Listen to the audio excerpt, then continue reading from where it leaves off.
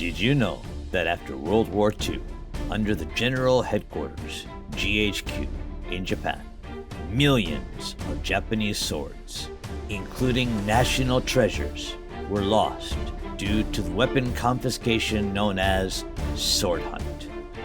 For the Japanese, these katanas were not just weapons, but also represented their spirituality. The loss of these katanas deeply saddened many Japanese people. In this video, we will uncover the truth about the GHQ's sword hunt, the famous national treasure katanas that were taken away, and the story of an American Army commander who saved many of these katanas from the confiscation. World War II began in 1939, and in December 1941, Japan's attack on Pearl Harbor in Hawaii triggered the onset of the Pacific War. After years of conflict, in September 1945, Japan formally surrendered to the United States, the United Kingdom, and the Soviet Union. Defeated, Japan accepted the terms of the Potsdam Declaration, placing it under the occupation of the General Headquarters. For Japan, which had never been invaded or defeated, this marked the first time it was occupied by a foreign power. Under GHQ's rule, Japan was subjected to numerous policies aimed at eradicating militarism and promoting democratization. One of these policies involved the confiscation of all weapons within Japan, which included not only firearms, but also swords. Consequently, the katana, a symbol of Japanese spirituality, was also targeted for confiscation. While the katana is often thought of as the primary weapon used by the Japanese historically, it was actually bows and spears that played the main role in ancient Japanese battles. With the introduction of the matchlock gun in the 16th century, firearms began to dominate as the weapon of choice.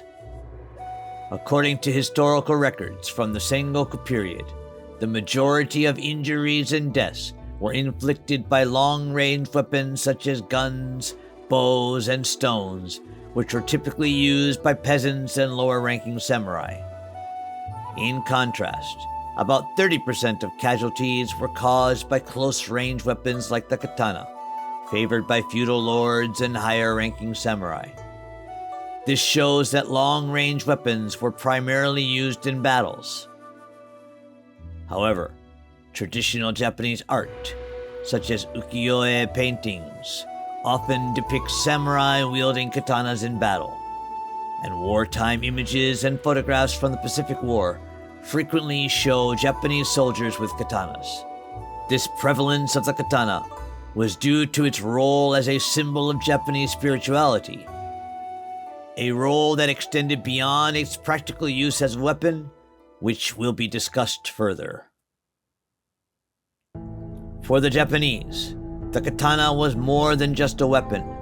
It was a symbol of their identity and values. However, to the GHQ, these cultural significances were unknown. In fact, seeing Japanese soldiers fighting tenaciously with their katanas until the end of the Pacific War, it was natural for GHQ to perceive the katana as a symbol of militarism and a practical weapon. Consequently, the katana was rigorously sought out and confiscated across the nation by the GHQ. The policy, known as the GHQ sword hunt, began in September 1945. This nationwide mandate was implemented through local police authorities, ordering the confiscation of all sword types. This directive led to widespread fear among the populace, affecting even those who had not directly suffered from the war. Fearing GHQ, many people destroyed their own katanas or surrendered their historically significant blades. Rumors circulated that anyone hiding a katana could be shot, and that GHQ would use metal detectors to find hidden swords, exacerbating the loss of these cultural artifacts.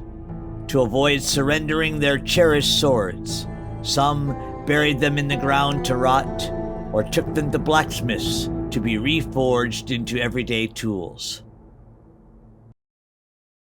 Across the nation, katanas were collected in large numbers.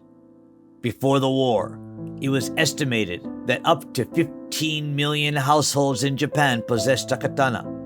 The amount of katanas that eventually gathered under GHQ's directive reached an astonishing total of 3 million. GHQ decided on a grim fate for these seized katanas.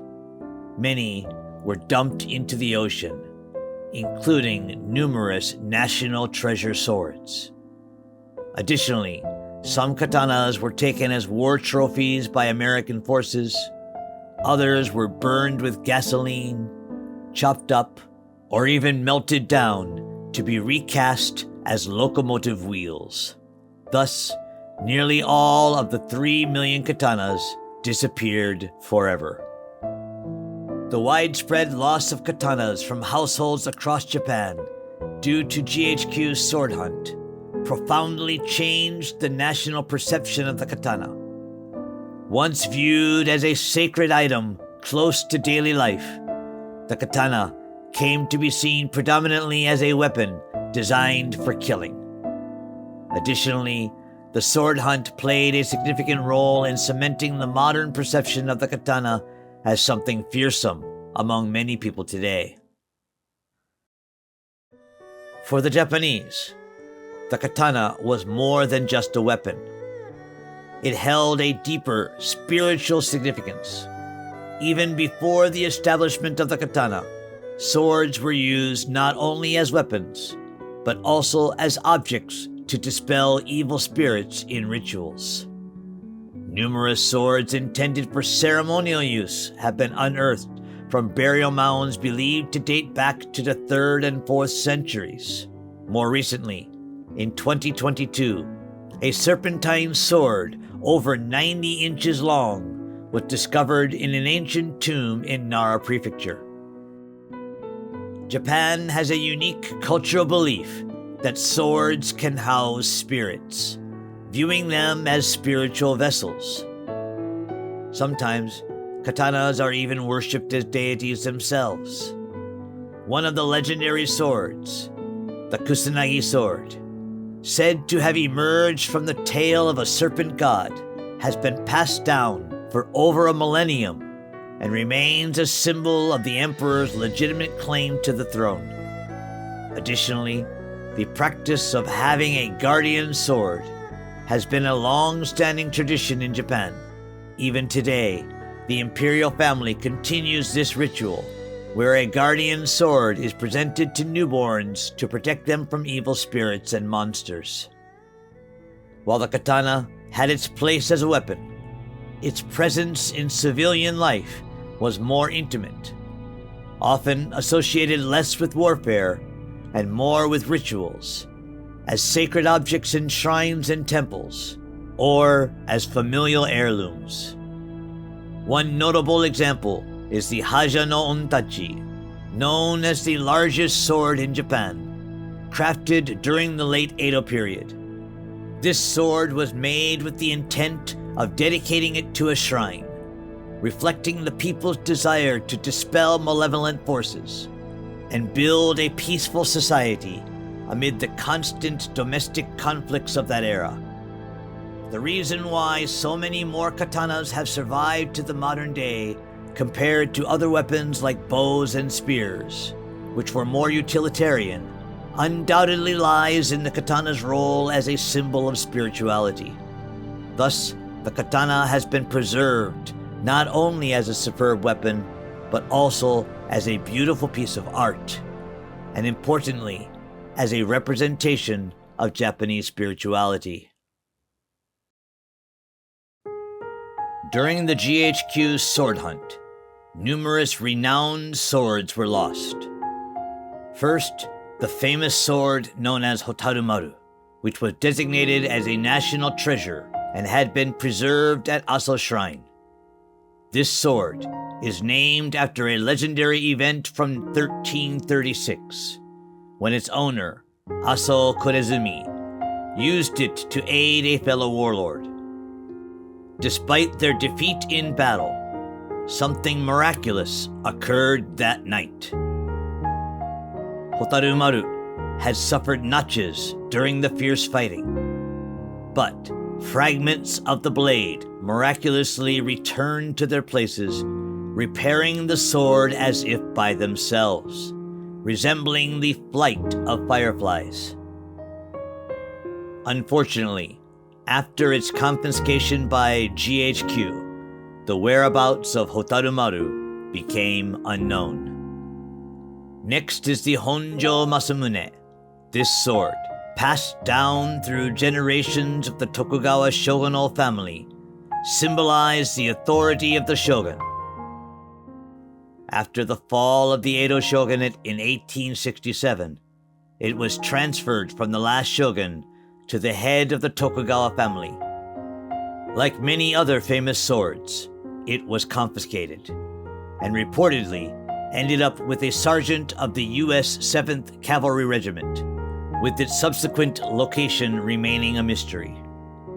While there is no concrete evidence of its current whereabouts, it is believed that it has not been disposed of at sea or otherwise destroyed.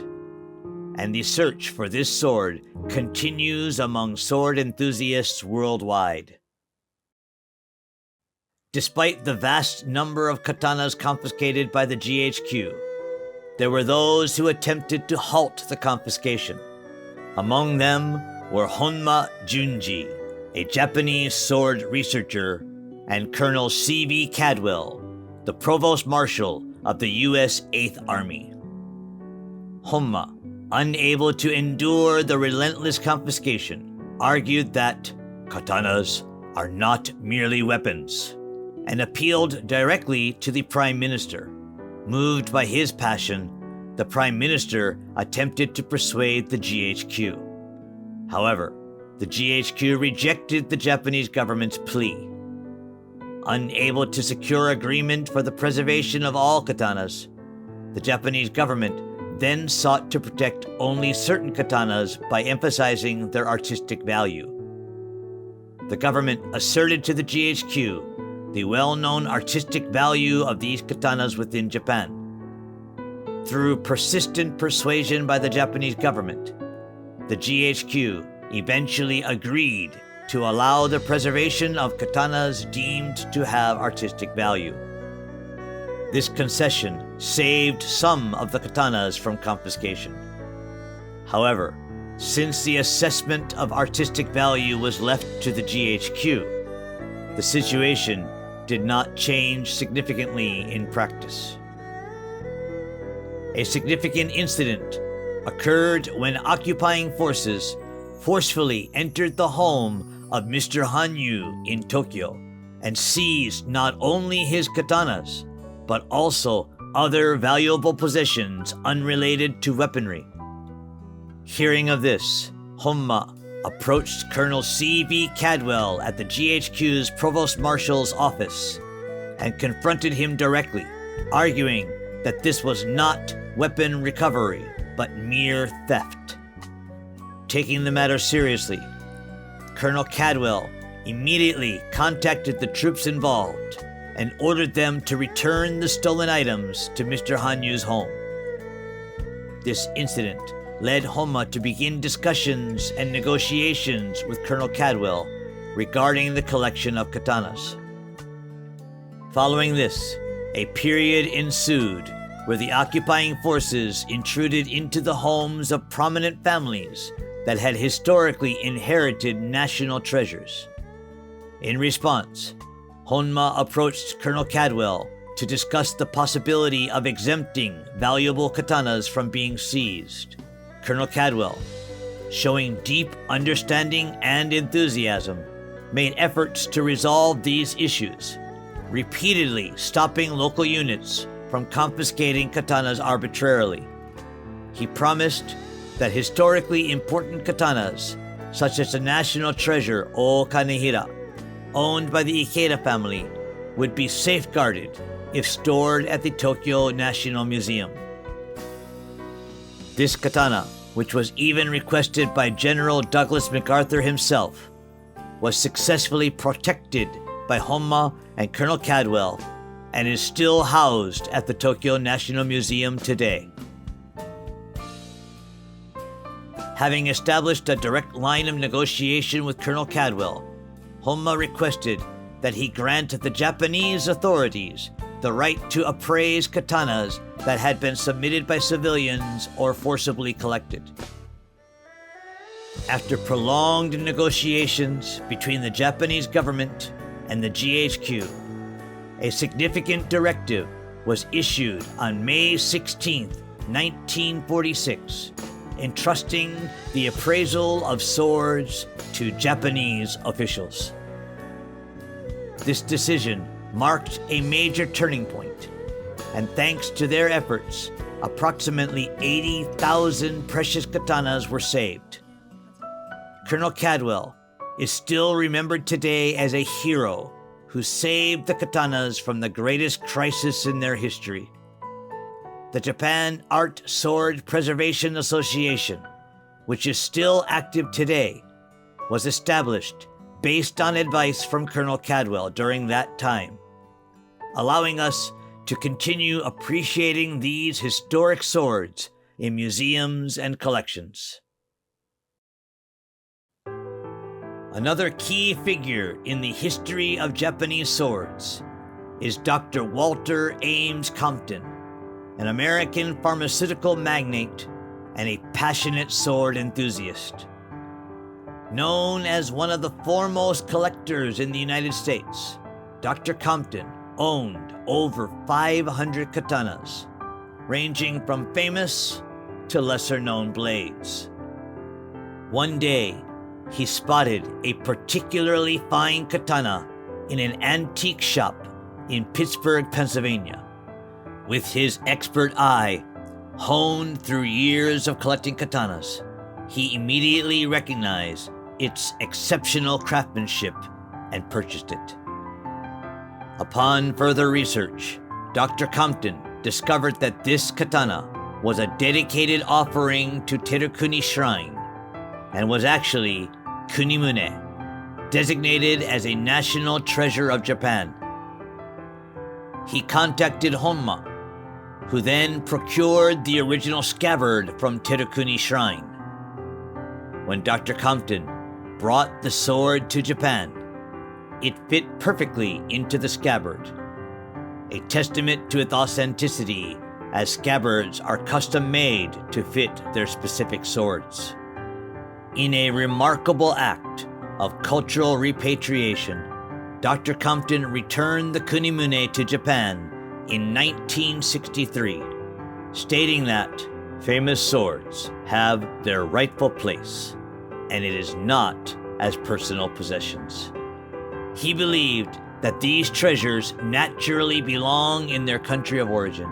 Dr. Compton also returned several other valuable swords to Japan, earning recognition as a significant figure in the world of sword collectors and a benefactor of Japanese cultural heritage. We hope you enjoyed this exploration into the world of Japanese swords. Don't forget to like, share, and subscribe for more exciting content about the history of Japanese swords. Until next time, sayonara.